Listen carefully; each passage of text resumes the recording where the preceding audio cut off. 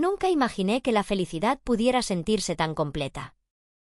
El sol entraba por la ventana de nuestra nueva casa, una casita blanca con jardín, justo como la que siempre soñé. Mi esposo, Andrés, me abrazaba por la cintura mientras preparábamos el desayuno.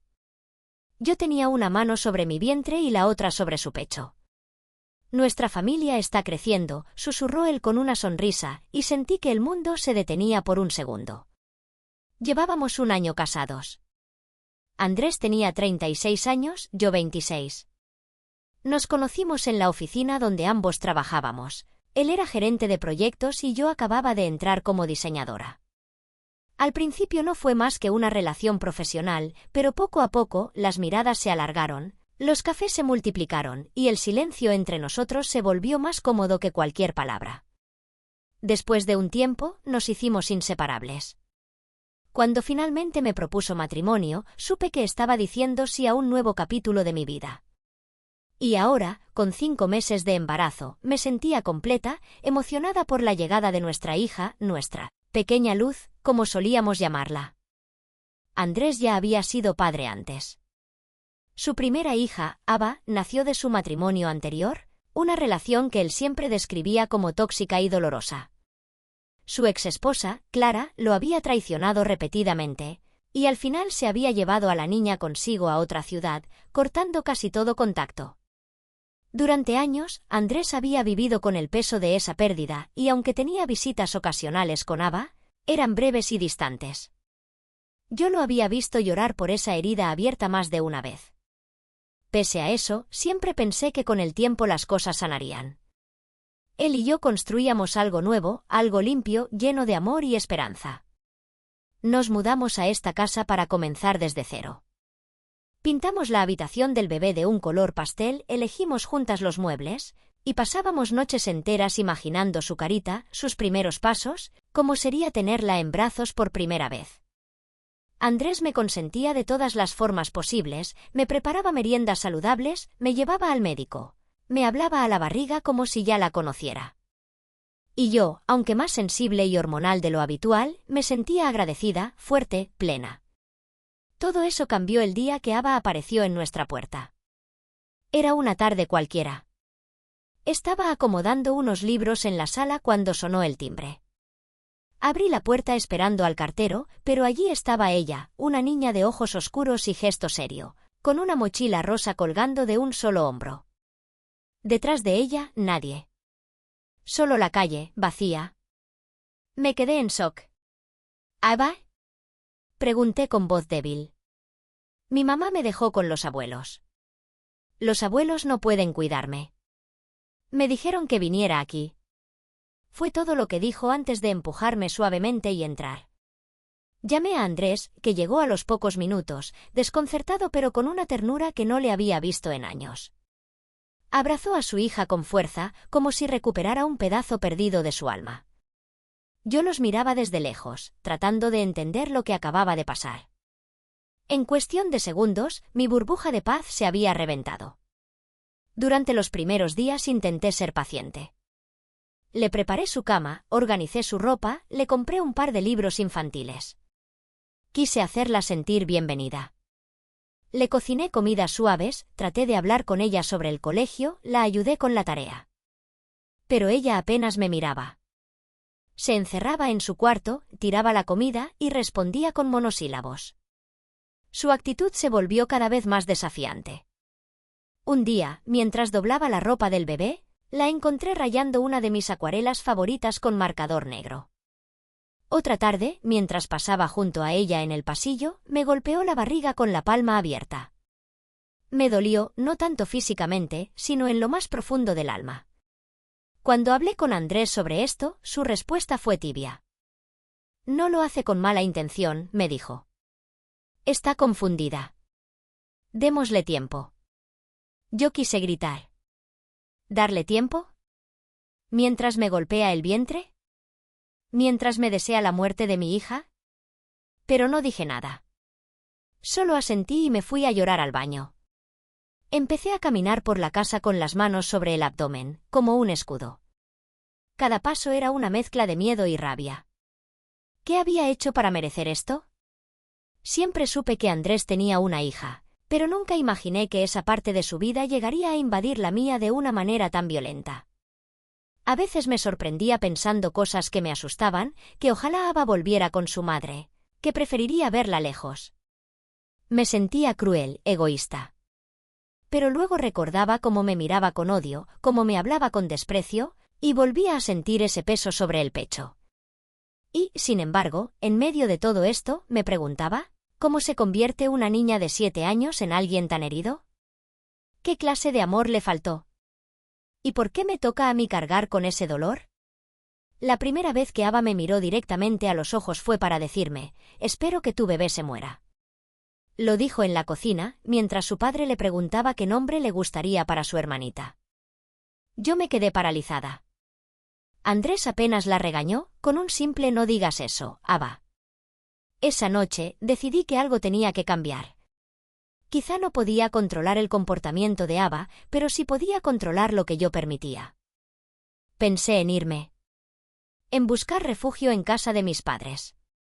Pensé que merecía vivir el resto de mi embarazo en paz, sin miedo de que una niña de 7 años me agrediera física y emocionalmente. Esa noche, mientras Andrés dormía, me senté en el borde de la cama con la mano sobre mi vientre y susurré, voy a protegerte, pase lo que pase. No dejaré que nadie te haga daño. Ni siquiera tu hermana. La vida perfecta que habíamos planeado se había convertido en una tormenta. Y yo, en medio de ella, trataba de encontrar un faro que me guiara. No sabía si ese faro era Andrés o mis padres, o quizás solo yo misma. Lo único que sabía era que la historia de nuestra familia apenas comenzaba, y que ya no sería como la imaginé. Los días siguientes a la llegada de Ava se convirtieron en un campo minado emocional. Intenté mantener la calma, aferrándome a la idea de que era solo una fase de adaptación. Pero cada día que pasaba, las cosas empeoraban. Ava no solo me ignoraba, sino que parecía disfrutar haciéndolo. Dejaba sus cosas tiradas por toda la casa, se negaba a lavarse los dientes, se escondía debajo de la mesa durante la cena y hablaba con sarcasmo o rencor cada vez que le dirigía la palabra. Cuando le decía que era hora de acostarse, me gritaba que no era su madre.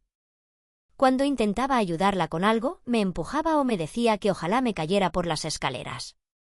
Todo esto mientras Andrés, con una mezcla de incomodidad y miedo, optaba por mirar hacia otro lado.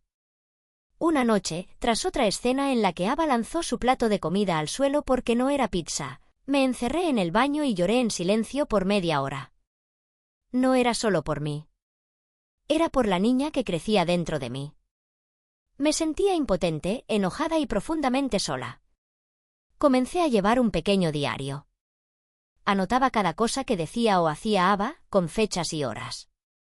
No porque quisiera castigarla, sino porque necesitaba encontrarle sentido a todo aquello. Necesitaba tener un registro, como si ponerlo en palabras me ayudara a liberar la presión. Una tarde, mientras limpiaba los juguetes tirados por la sala, encontré una hoja de papel doblada. Era un dibujo hecho por Ava. Mostraba una figura con barriga, claramente yo, y otra figura más pequeña tachada con una gran cruz roja. Al pie del dibujo, en letras infantiles, decía, no quiero hermana. Me quedé helada. Cuando le mostré el dibujo a Andrés, su reacción fue débil, como siempre. Me dijo que no lo tomara personal, que Ava solo estaba expresando sus emociones. Yo no podía más con su pasividad. Esa noche discutimos. Le pedí que asumiera un rol activo como padre, que no podía seguir permitiendo esa agresividad. Él se defendió diciendo que apenas la conocía, que estaba intentando no perderla otra vez, que tenía miedo de que lo odiara. ¿Y yo qué? Le grité, rompiéndome por dentro. ¿No tienes miedo de perderme a mí? ¿A tu bebé? Silencio. Luego, Andrés bajó la cabeza. No sé qué hacer, Sofía, susurró. Tengo miedo todo el tiempo. Fue la primera vez que lo vi realmente vulnerable desde que Ava llegó. Y aunque me dolía, también sentí algo de compasión. Estaba tan perdido como yo. Pero eso no resolvía nada. A partir de ese día, empecé a poner límites. No gritaba. No golpeaba. Pero sí hablaba con firmeza. Si Ava me insultaba, la ignoraba. Si hacía un desastre, le pedía que lo limpiara. Si no comía, no había postre. Empecé a recuperar el control de mi espacio, aunque fuese poco a poco. Algunas veces ella me retaba aún más, pero otras, parecía confundida, incluso detenida en su impulso. Como si nadie antes le hubiera dicho no. También comencé a pensar en soluciones reales. Terapia. Reglas claras. Rutinas. Le propuse a Andrés ir a terapia familiar. Al principio dudó, pero aceptó cuando le dije que no podía criar sola a un hijo en un ambiente lleno de odio e inestabilidad. Una noche, mientras Ava dormía, Andrés se acercó a mí y me abrazó por la espalda. «Gracias por no rendirte», me dijo. «Sé que esto no es lo que soñamos, pero tal vez podamos reconstruir algo distinto. Algo mejor». Cerré los ojos y lloré en silencio. Porque sí, algo se había roto. Pero también era cierto que, y quizás, con paciencia, podíamos empezar a juntar los pedazos. Las grietas comenzaron a mostrarse con mayor claridad justo cuando pensé que estábamos logrando algo. Las pequeñas victorias, una cena sin gritos, una tarde sin insultos, empezaban a darnos esperanzas, pero se desmoronaban ante el menor tropiezo. Un día Ava podía parecer calmada, e incluso cariñosa con su padre, y al siguiente, volvía a golpear la pared, a empujarme al pasar o a gritar que yo no era nadie para decirle qué hacer. Una mañana, mientras preparaba el desayuno, Ava bajó las escaleras refunfuñando. Andrés le sonrió y la saludó con un beso, pero ella me lanzó una mirada fría y murmuró, «¿Otra vez tú?». Me sentí como una intrusa en mi propia casa. Y lo peor era que Andrés parecía incapaz de ver el daño que eso me causaba. Hacía bromas para restarle importancia, y si yo decía algo, él se ponía a la defensiva. «¿Tú sabes lo difícil que es para ella adaptarse?», me decía. «Está pasando por mucho». «¿Y yo no?», respondía yo, con el corazón en la garganta. «¿Acaso no te das cuenta de que estoy embarazada? ¿De que tengo miedo todos los días de que tu hija me golpee?». La tensión se volvió insoportable. Yo evitaba estar a solas con Ava. Caminaba por la casa con cautela, como si fuera terreno enemigo. Andrés y yo casi no hablábamos. Dormíamos espalda con espalda, sin tocarnos, sin mirarnos. El amor que nos unía empezaba a fracturarse. Una noche, durante la cena, Ava arrojó su vaso de jugo al suelo con fuerza. El cristal se rompió y el líquido se esparció como una mancha en la escena ya tensa. Yo cerré los ojos y conté hasta 5. Andrés se levantó para limpiar mientras ella se reía. No dijo nada. No la reprendió. Y ahí, perdí el control. «Ya basta», grité, de pie, con las manos temblando. «¿No puedo más con esto?». Ava se cayó de golpe. Andrés me miró como si no me reconociera. «Me estoy rompiendo, Andrés», dije más bajo, con lágrimas en los ojos. «No puedo traer a nuestra hija a este caos. No puedo protegerla si yo misma no estoy a salvo». Esa noche dormí en el sofá. Al día siguiente llamé a mi madre. Le conté todo. Me dijo que fuera a su casa, que me cuidaría, que pusiera primero a mi bebé. Y por primera vez en semanas, sentí alivio. Esa misma tarde, con mi maleta en una mano y la otra sobre mi vientre, me despedí de Andrés en la puerta. Él no intentó detenerme. Solo me abrazó, fuerte, y me prometió que buscaría ayuda. «No quiero perderte», me dijo. «Ni a ti ni a nuestra hija. Voy a hacer todo lo que esté en mis manos para arreglar esto». Me fui con el corazón dividido. Pero también con la esperanza de que, a veces, tomar distancia es el primer paso para reconstruir algo más sano. Volver a la casa de mis padres fue como entrar en una burbuja de silencio. Allí no había gritos, ni miradas llenas de resentimiento, ni miedo de que una niña de 7 años me golpeara el vientre. Mi madre me preparaba infusiones suaves, mi padre me dejaba notas con chistes en la mesa de noche, y por primera vez en semanas dormí sin despertarme sobresaltada. Lloré las primeras noches, no por nostalgia de Andrés, sino por la familia que creí que habíamos construido y que ahora se deshacía en pedazos. Andrés me llamaba todos los días. Me decía que me extrañaba, que la casa estaba vacía sin mí, que Ava preguntaba por qué no volvía. Al principio no le respondía. Luego, poco a poco, comencé a contestarle, a veces con monosílabos, a veces con silencios. No estaba lista para hablar de reconciliación. Solo necesitaba espacio. Fue durante una de esas llamadas que me mencionó la idea de buscar ayuda profesional. No sé cómo ser padre de una niña que me odia, me dijo. No sé cómo no perderte a ti mientras intento recuperar a ella. Esas palabras me abrieron una pequeña grieta en la coraza que había construido. Tal vez él también estaba roto, y su silencio no era indiferencia sino miedo. A la semana siguiente, Andrés inscribió a Ava en terapia infantil. También agendó una cita para nosotros en una clínica de terapia familiar. Cuando me lo contó, no me pidió que regresara. Solo me dijo que estaba listo para empezar de nuevo, pero bien. Con reglas, con ayuda, con estructura. Acepté asistir a las sesiones. Era lo mínimo que podía hacer por mi hija. Por mí. Por nosotros. Nuestra primera sesión fue tensa. La terapeuta, una mujer de voz suave y ojos firmes, nos pidió que habláramos uno a la vez. Andrés confesó que sentía culpa.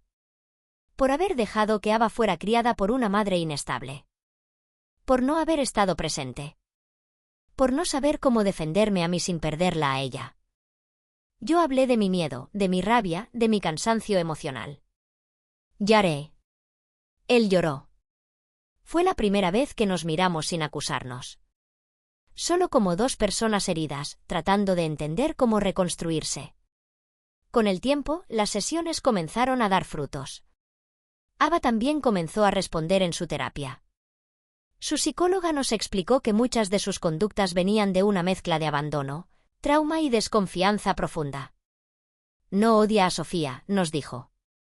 Le teme. Teme que venga otra mujer a reemplazarla, como su madre hizo con tantos hombres. Comenzamos a implementar reglas en casa, nada de gritos, no se toleran insultos. Cada miembro tiene su espacio y su responsabilidad.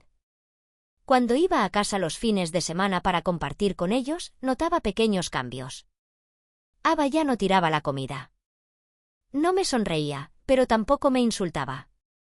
Me observaba en silencio, como esperando ver si esta vez sí me quedaría. Un sábado, mientras pintábamos con acuarelas en la terraza, una actividad propuesta por la terapeuta, Ava me miró y dijo: ¿Tu bebé va a tener mi apellido? Me tomó por sorpresa. Le respondí que sí, que iba a ser su hermana. ¿Iba a vivir con nosotros? Sí, respondí. Pero eso no significa que va a ocupar tu lugar. Ava no dijo nada más. Solo volvió a pintar.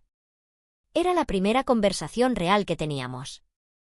Empecé a incluirla en pequeñas decisiones sobre la llegada del bebé, elegir una manta, un cuento para leerle cuando naciera, una canción para calmarlo. No siempre reaccionaba con entusiasmo, pero ya no me rechazaba con violencia. A veces, incluso, parecía curiosa. En nuestras sesiones, aprendimos a comunicarnos mejor. Andrés entendió que su papel no era evitar conflictos, sino guiar y sostener. Yo aprendí a no tomarlo todo como una afrenta personal. Y Ava, poco a poco, comenzó a confiar. La voz del dolor seguía allí, en cada uno de nosotros. Pero ahora sabíamos que no teníamos que silenciarla, sino escucharla. Y desde ahí, construir algo nuevo. El día que regresé a casa con mi maleta, el aire olía a pan recién horneado. Andrés había limpiado la casa entera y decorado la entrada con flores blancas. Ava me esperaba en el pasillo, sin sonrisa, pero sin huir. Solo me miraba. Caminé hacia ella con paso lento, con mi panza de 8 meses marcando el ritmo. Al estar frente a frente, ella levantó su mano. Por un instante temí que me golpeara de nuevo. Pero no.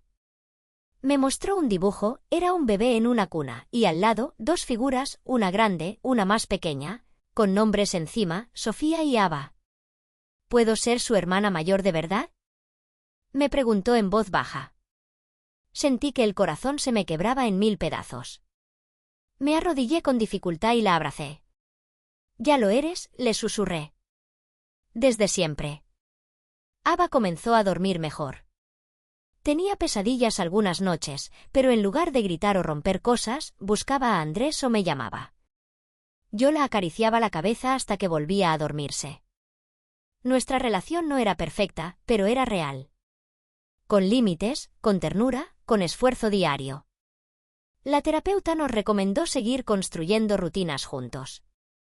Los domingos eran para paseos en familia, al parque, al museo, a veces solo a caminar. Andrés cocinaba los viernes. Ava y yo teníamos nuestro día de chicas los miércoles, donde veíamos películas o leíamos cuentos. Le encantaban los cuentos de hadas con princesas rebeldes. Cuando finalmente llegó el día del parto, Ava insistió en acompañarnos al hospital. No podía entrar, pero esperó con mis padres en la sala. Cuando Andrés salió con lágrimas en los ojos y le dijo que ya tenía una hermanita, Ava lloró por primera vez en público. ¿Está bien?, preguntó. ¿Y Sofía? Cuando le dijeron que sí, sonrió. La primera vez que sostuvo a la bebé en brazos, se quedó en silencio. Es muy pequeña, dijo. Y bonita. Yo la observaba desde la cama, con lágrimas en los ojos.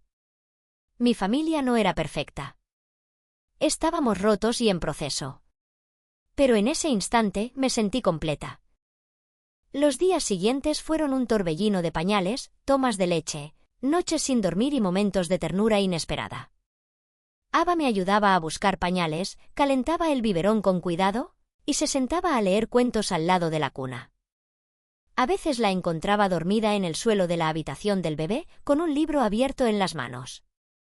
Andrés y yo seguimos con la terapia. Acordamos que el amor no bastaba si no se cultivaba cada día. Que la paternidad era una construcción compartida, no un peso que uno lleva solo. Y que Ava, pese a todo su dolor, merecía un hogar donde pudiera florecer. También tomamos un curso de crianza para familias reconstituidas. Conocimos otras parejas con historias similares. No estábamos solos. Aprendimos que los lazos de sangre no definen a una familia, sino los actos cotidianos, la paciencia, el respeto. Un día, Ava se acercó mientras cambiaba el pañal a la bebé y dijo: «Quiero enseñarle a dibujar. ¿Crees que me deje?» «Claro que sí», le dije. «Será su mejor maestra». La bebé sonrió, como si entendiera. Y en ese instante supe que no solo habíamos renacido como padres, sino como familia. Si alguna vez has vivido momentos difíciles en tu familia, o simplemente estás buscando un rayo de esperanza entre el caos, esperamos que esta historia haya tocado tu corazón y te haya dado un poco de luz. Estrella brillante, no olvides darle like, suscribirte y activar la campanita de notificaciones campana para no perderte las próximas historias del canal. Nos encantaría leer tus pensamientos en los comentarios. Bocadillo de diálogo. ¿Qué opinas del camino que recorrieron Sofía, Andrés y Ava? ¿Has vivido algo similar? Mil gracias por estar aquí. Nos vemos en el próximo vídeo.